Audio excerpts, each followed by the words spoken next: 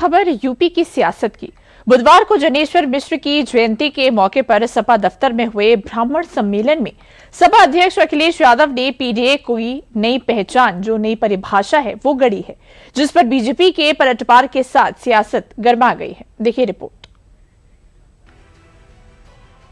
जब से पीडीए से वो लोग हारे हैं, तब से पीडीए की नई नई परिभाषा बना रहे हैं वो लोग, लेकिन वो लोग भूल गए हैं पीडीए में पीडी पंडित का ही शुड फॉर्म है।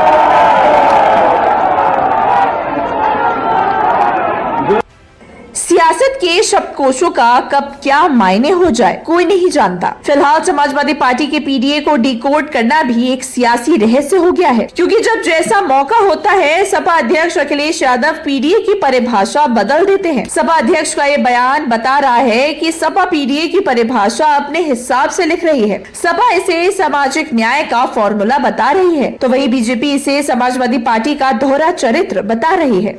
ये अच्छी तरह जानते हैं कि समाजवादी पार्टी के रिजीम में ही हमेशा गुंडई, अराजकता, दंगे, फसाद, सर्व समाज का अपमान, सनातन संस्कृति को ध्वस्त करना, ये वही लोग हैं।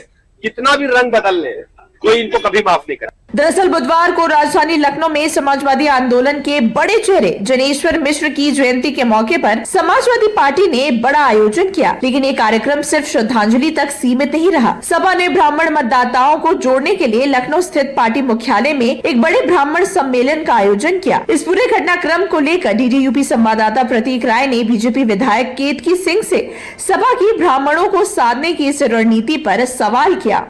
हम विधानसभा में मौजूद है और हमारे साथ बीजेपी की विधायक केतकी सिंह है। मैम, सबसे पहला सवाल यही है कि आज अखिलेश यादव एक बड़ी रैली कर रहे हैं ब्राह्मणों को एकजुट करने के लिए जनेश्वर मिश्र जी की जयंती पर। यूपी में विधानसभा के चुनाव है, इस रैली का क्या असर होगा? कुछ निगोशिएट कर पाएंगे वो?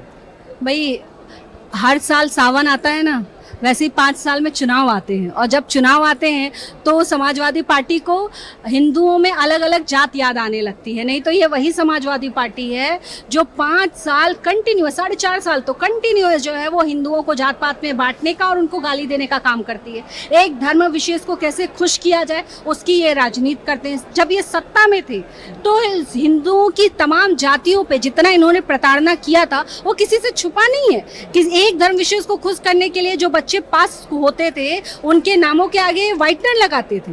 दरअसल ब्राह्मण वोट उत्तर प्रदेश की कई दर्जन सीटों पर असर डालते हैं और चुनावी आंकड़ों में इन वोटरों को बीजेपी का कोर वोट बैंक माना जाता है। और सपा को भी ये एहसास हो गया है कि बिना ब्राह्मण वोटरों के यूपी की सत्ता का रास्ता मुश्किल है। हालांकि अब देखना दिलचस्प होगा कि सपा की रणनीति कितनी असरदार रहती है।